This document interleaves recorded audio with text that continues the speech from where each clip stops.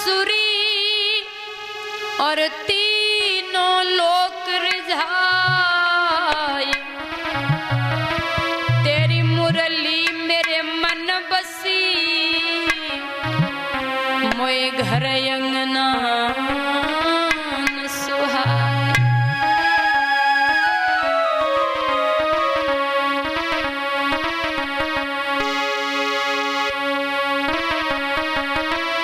राधे मेरी माते बबुल मेरे घनश्याम, उन मैया बबुल को मेरी कोटि कोटि प्रणाम।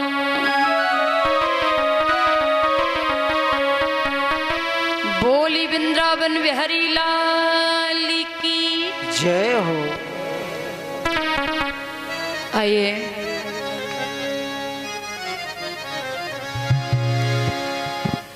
आज भगवान की कथा का चौथा दिवस है। कथा पंडाल में बैठी हुई पवित्र आत्माएं, सीता सावित्री जैसी मात शक्ति, बुजुर्ग समान हमारे पिता, इस भूमि को पावन करने वाले संतगण, अर्चनी पूजनी वंदनी सतगुरु भगवान,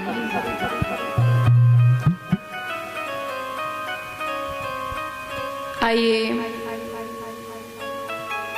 बड़े प्रेम से ताली बजाते हुए भगवान के चरणों में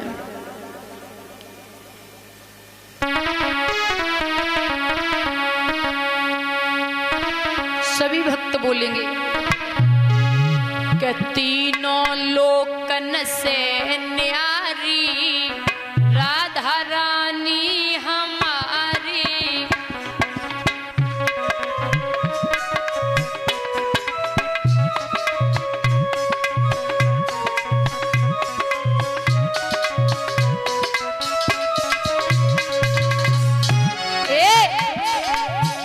मैया तीन लोकन से न्यारी राधा रानी हमारी,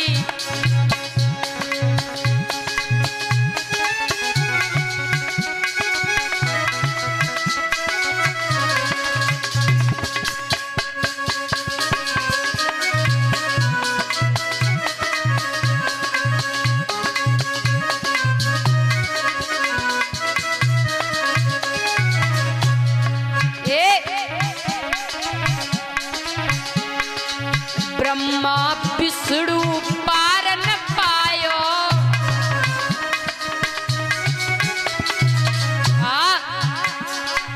ब्रह्मा विष्णु पार न पायो,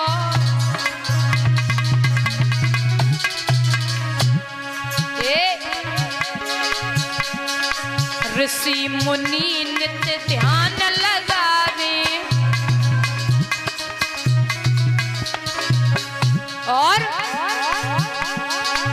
पार न पावे बिहारी राधा रानी हमारी, श्री राधे।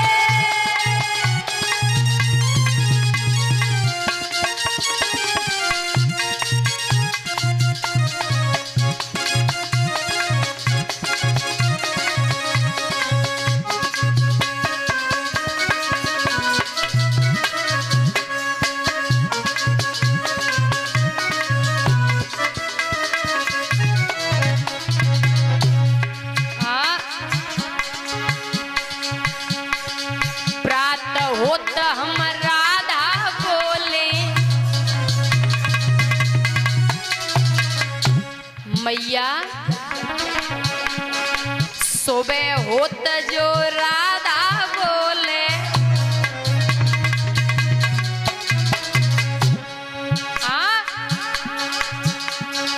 सोई श्याम के पास में डोले, और सुनो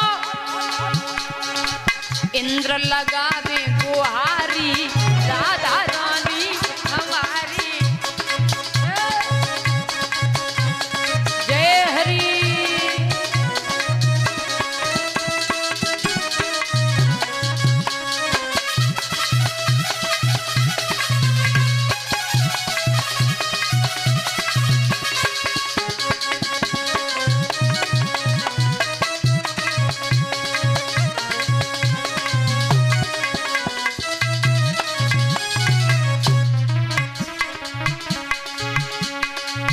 तीनों लोकन से न्यारी राधा रानी हमारी श्री राधे।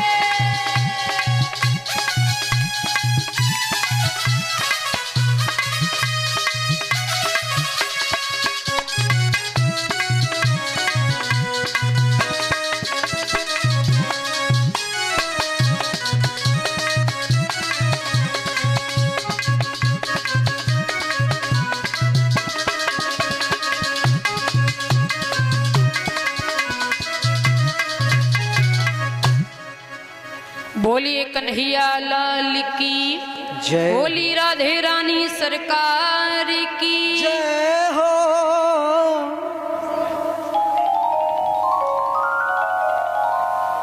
आइए, कल आप लोगों ने कथा श्रवण की थी दादा सती चरित्र, कथा श्रवण की थी परीक्षित महाराज। कल कौन सी कथा श्रवण की थी? सती चरित्र। मनु महाराज की 3 बेटियों के बारे में मैंने कल आपको बताया था,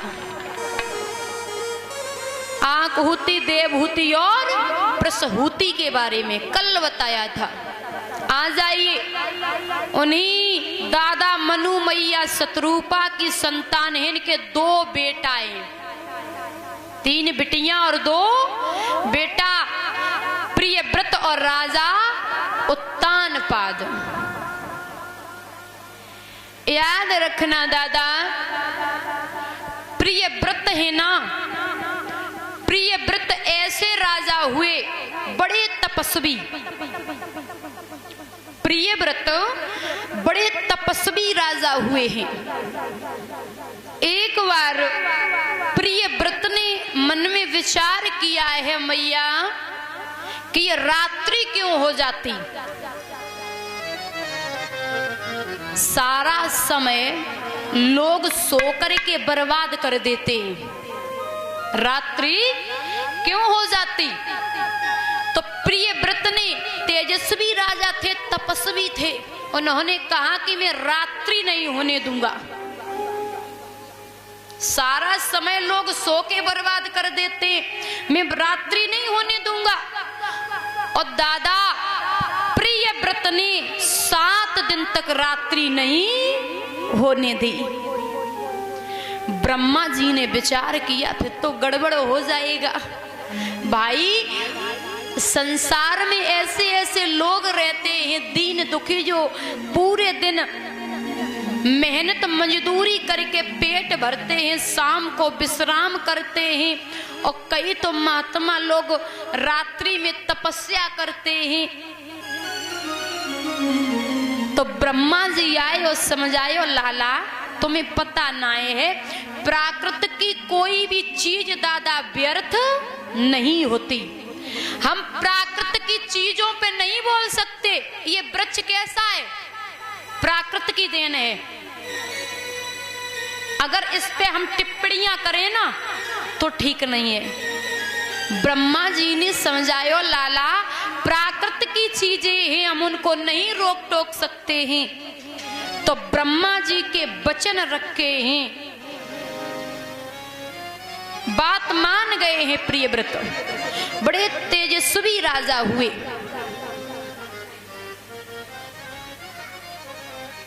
याद रखें महाराज, श्री सुखदेव बाबा वर्णन करते हैं, हे राजन परीक्षित, और महाराज प्रियव्रत ने एक बात और बता दूं,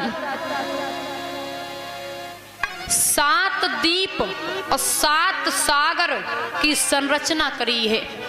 7 दीप और 7 सागर की प्रियव्रत ने रचना करी है। और प्रियव्रत महाराज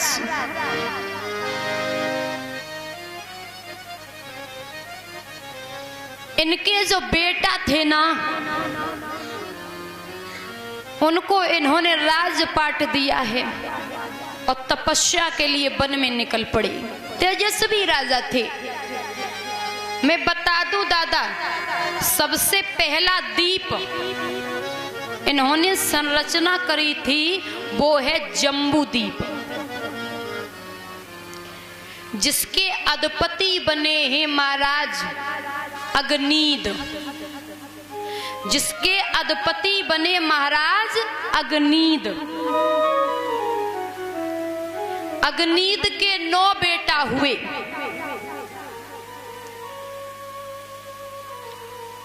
महाराज जम्बू द्वीप में 9 खंड करे हैं। जम्बू द्वीप में 9 खंड करे हैं और एक एक खंड अपने बेटों को दे दिया। गौर से सुने, वंशावली है ये। महाराज सबसे पहला खंड था अजनाव खंड। सबसे पहला जो खंड था द्वीपों में, एक द्वीप के 9 खंड करे और सबसे पहला खंड था दादा अजनाव खंड। ध्यान रखें, इसके अधिपति बने हैं महाराज नाभि। नाभि, नाभि का विवाह हुआ मेरू नाम की लड़की के साथ में।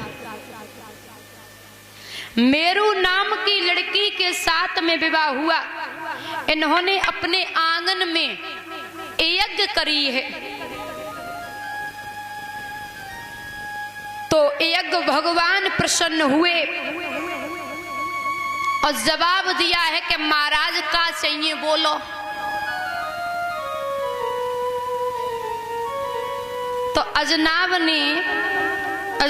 के पुत्र हैं नाभि। नाभि ने जवाब दिया, प्रभु हम आपके जैसी संतान चाहते हैं। नाभ ने यज्ञ भगवान से बोले कि मैं आपके जैसी संतान प्रभु चाहता हूं। भगवान बोले ठीक है। तो दादा ऋषभ देव जी की आपने कथा सुनी होगी, ऋषभ देव जी की। तो स्वयं भगवान ऋषभ देव जी के रूप में आए हैं। ऋषभ देव जी को जानते हो? ऋषभ देव जी महाराज जैसे ही धरती पे आए हैं तो धरती पे सूखा पड़ी थी। इंद्र ने पानी नहीं बरसाया, ऋषभ देव जी ने खुद तप करके पानी बरसा लिया। तो इंद्र लज्जित हुआ और अपनी बिटिया जयंती की शादी ऋषभ भगवान के साथ में कर दी। इतने तपधारी थे वो, तो राम ही का रूप था। प्रभु राम स्वयं आए थे ऋषभ देव जी के रूप में। ऋषभ देव जी के 100 बेटे हुए दादा, जिनमें से एक भरत, जिससे पड़ा है ये भारतवर्ष नाम, ये ऋषभ भगवान के ही बेटा थे, जिससे ये भारत का नाम पड़ा है।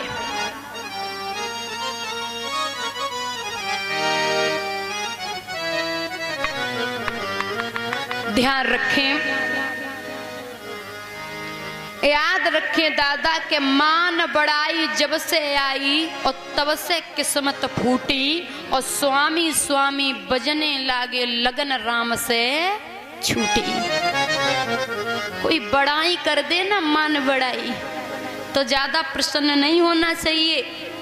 संत का स्वभाव होता है कि सम्मान मिल जाए फिर भी ठीक है, अपमान मिल जाए फिर भी वो बुरा नहीं मानते। बस राम जी की रजा में जो रजामंद है उससे हर घड़ी आनंद ही आनंद है।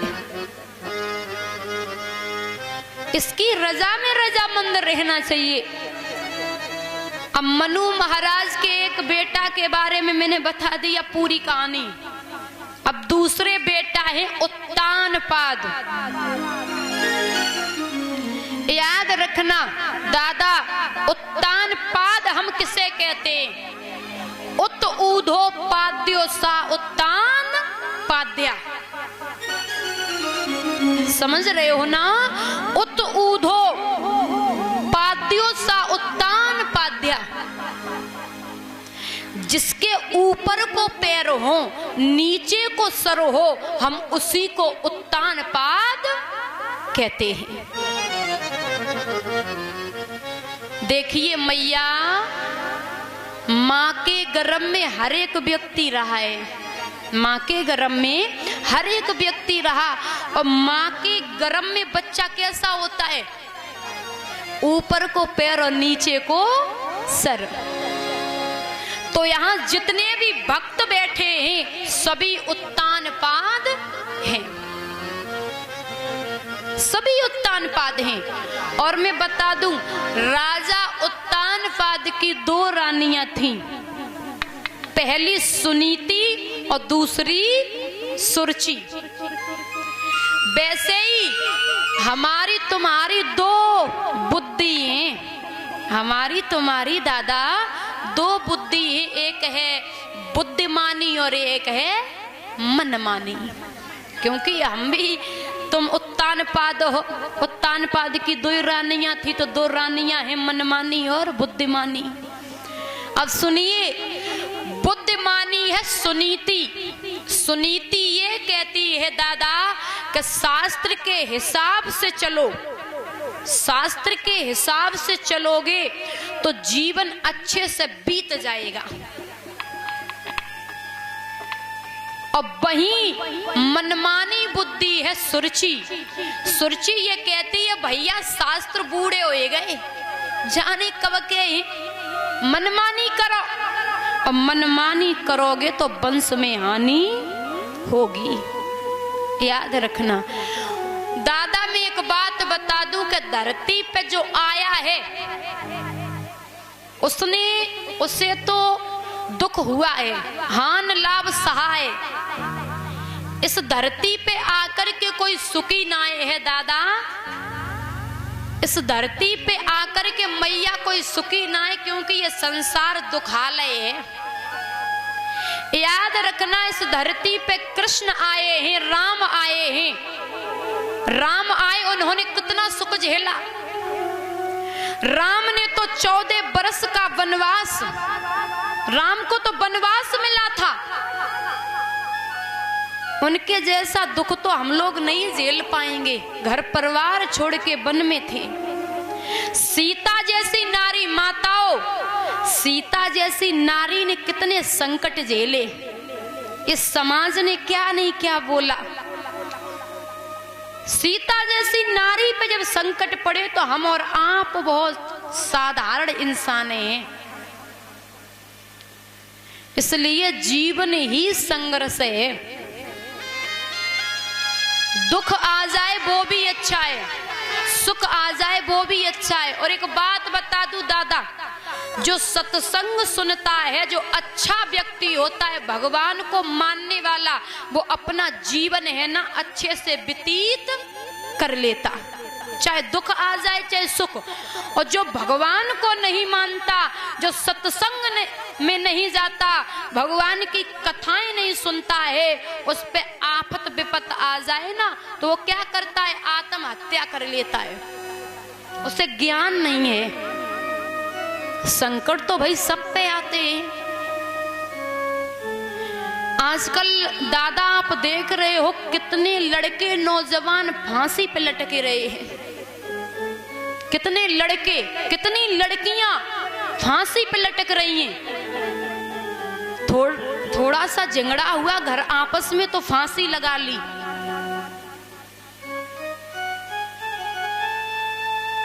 मैंने खुद आंखों से देखा, मैं सुनी हुई बात नहीं बोलती, मैं आंखों से देखा।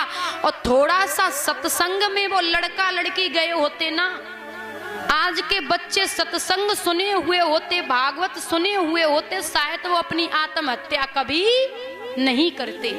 भाई गलतियां तो सबसे बन जाती हैं, इसका मतलब ये थोड़ी नहीं है कि आत्महत्या कर लो। सुधार करिए, जीवन का सुधार करिए।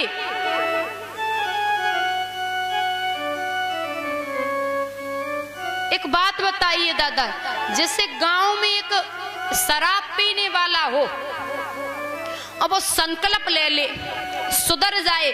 फिर भी गांव के लोग ये कहते हैं भैया पीता था तब पीता था, लेकिन अब तो वो बहुत अच्छा इंसान है।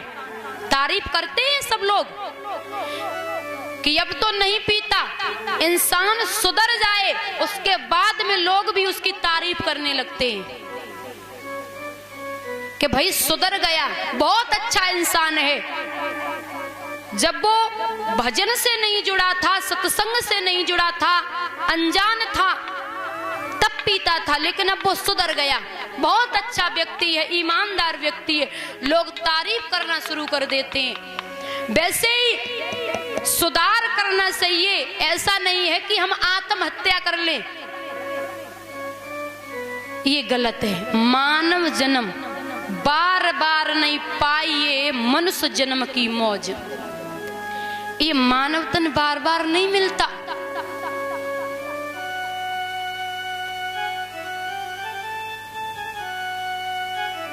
याद रखना,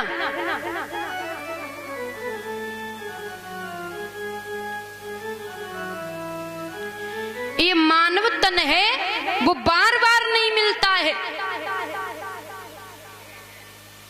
इसलिए कहते हैं कि सत्संग से जुड़िए, ज्यादा से ज्यादा हो सके ये जीवन भगवान के चरणों में ही बिता दीजिए।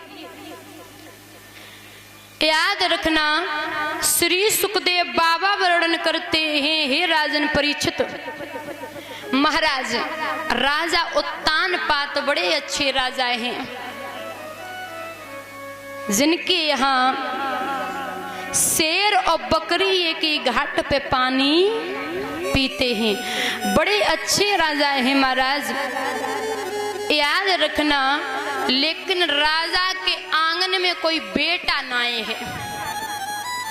राजा उत्तानपाद के आंगन में देवियों कोई लाला नाए है। राजा मन में विचार करता है कि मेरी शादी के इतने दिन हो गए, आंगन में कोई कमल नहीं खिला है। तो महाराज राजा रोने लगा है। मैया सुनीति के आंगन की सीध लगाई है, चले हैं महाराज। राजा उत्तानपाद को सुनीति ने देखा है, जाकर के कलाई को पकड़ लिया, जवाब दियो, रे महाराज आज बड़े उदास हो। राजा उत्तानपाद नायक